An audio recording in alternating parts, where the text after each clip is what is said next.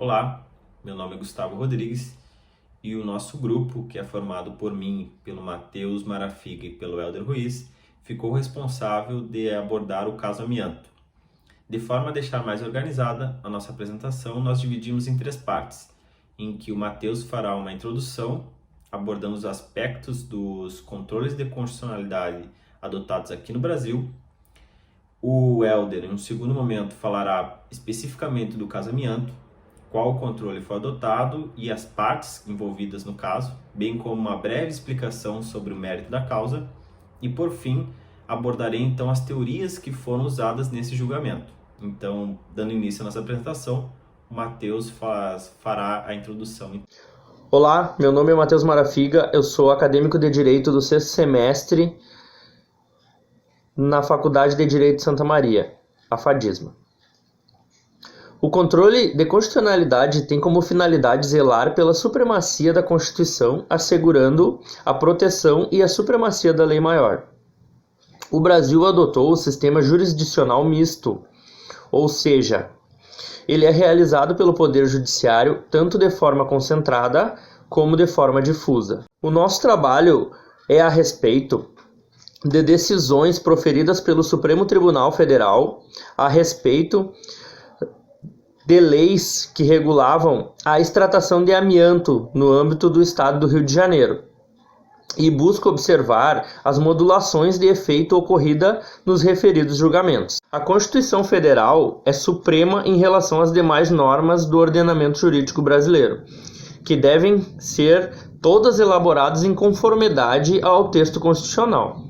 Desta forma, foram estabelecidos mecanismos para invalidar os atos e as normas incompatíveis com a Constituição, caracterizando o denominado princípio da supremacia constitucional.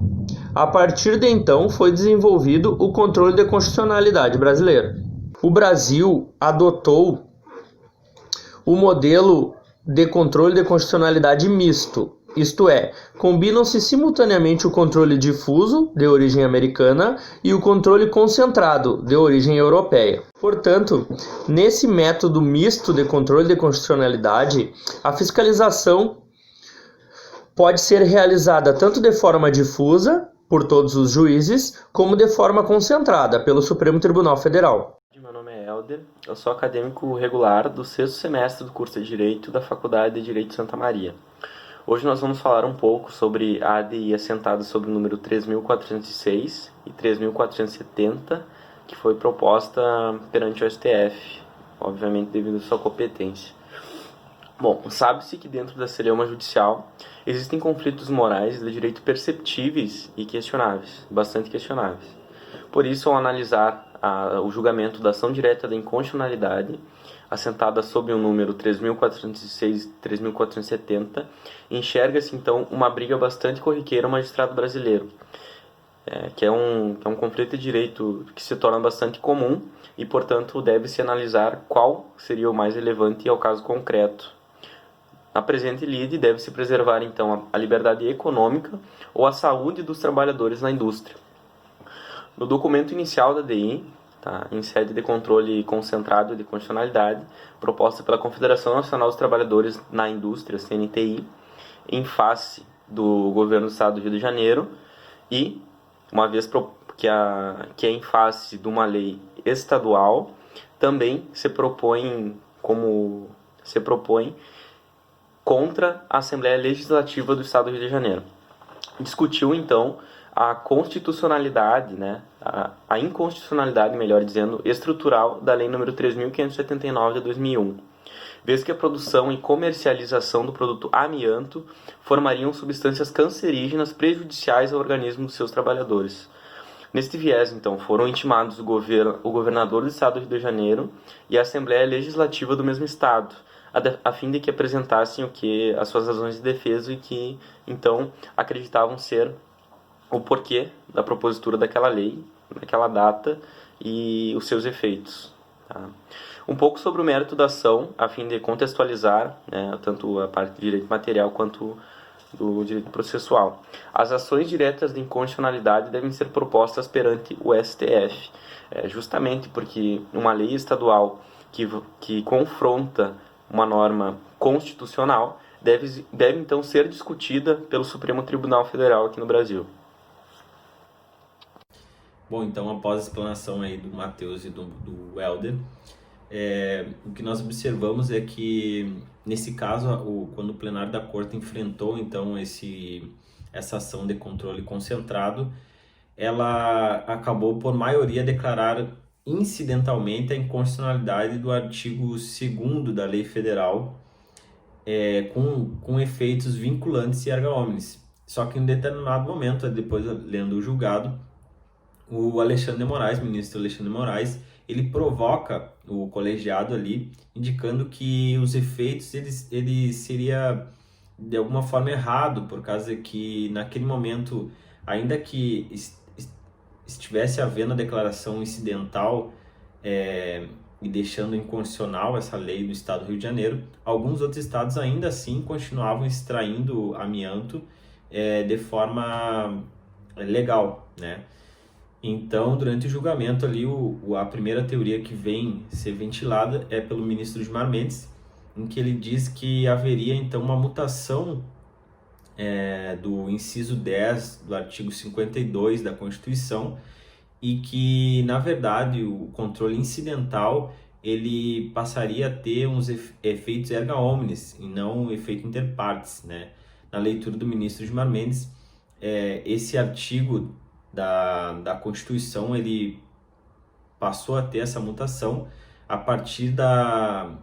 quando entrou em vigor o novo Código de Processo Civil, né? Código de Processo Civil 2015, que, segundo ali o artigo 535 e o artigo 927 do CPC, ele trata como precedente obrigatório, né, todos os controles difusos de forma incidental que forem proferidos ali pela Suprema Corte. Então, dessa forma, seria dispensável o que prevê lá o artigo 52, inciso 10 da Constituição, em que diz que para que tenha o controle incidental efeito erga omnes, haveria necessidade que o Senado declarasse esses efeitos. Contudo, o ministro, então, ele traz essa teoria da abstrativização do controle difuso através da mutação constitucional que teria ocorrido no artigo 52, inciso 10, devido aí, então, essa sinalização do legislador a partir de 2015 com o artigo 535 e o artigo 927. Já fazendo uma leitura, então, do voto da ministra Carmen Lúcia, ela sinaliza que existem precedentes no próprio STF nesse sentido de que, pacificada a matéria em sede de controle de constitucionalidade, difuso ou concentrado, ela encontra-se resolvida, inclusive para outros processos, né? Então, no seu voto ali, ela acolhe a proposta, pois diz ela que existe cada vez mais necessidade de uma eficiência maior do tribunal, e considerando também que o próprio CPC, ele sinaliza nesse sentido que os casos de repercussão geral, no caso de controle difuso e concentrado, a Corte ela faz uma abstração e a tese firmada pela Corte ela é aplicada e tem efeitos vinculantes a todos. No voto do ministro Dias Toffoli, ele aumenta o debate em torno do artigo 52, inciso 10 da Constituição, salientando o que dito ali pelo ministro Gilmar Mendes no sentido da mutação constitucional envolvida, e ele argumenta então que não poderia ser diferente, que cada vez mais o STF caminha para se firmar como um tribunal constitucional, e que cada vez que o STF interpreta uma norma, ela deve ter então esse efeito contra todos, né? Então dizer que o tribunal caminha muito mais para valorizar essa jurisdição constitucional, que não é tão valorizada no nosso país, ou pelo menos ela tem essas contradições.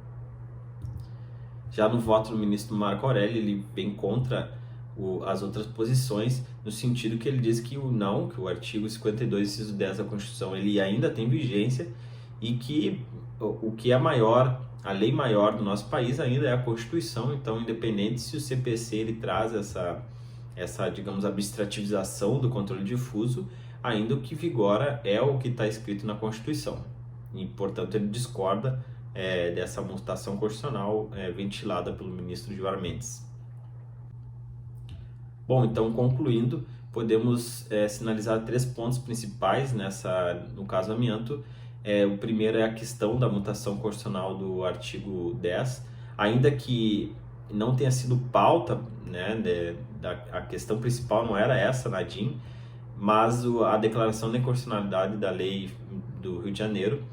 abordou esse assunto, e que houve bastantes manifestações favoráveis à abstrativização do controle difuso e que deveria ter feito erga omnes, né, mesmo em face de controle difuso e concreto. Tá? Para argumentar favoravelmente, então, se diz que o próprio legislador sinalizou nesse sentido, a partir do CPC, ali, artigo 535, parágrafo 5º e o 927, então, que haveria então essa necessidade dos efeitos, modular os efeitos erga omnes contra todos do controle difuso. E também, né, através das súmulas vinculantes e a repercussão geral, se percebe-se cada vez mais a necessidade do STF enquanto Tribunal Constitucional, toda vez que ele discute a matéria, que ela tenha feito contra todos.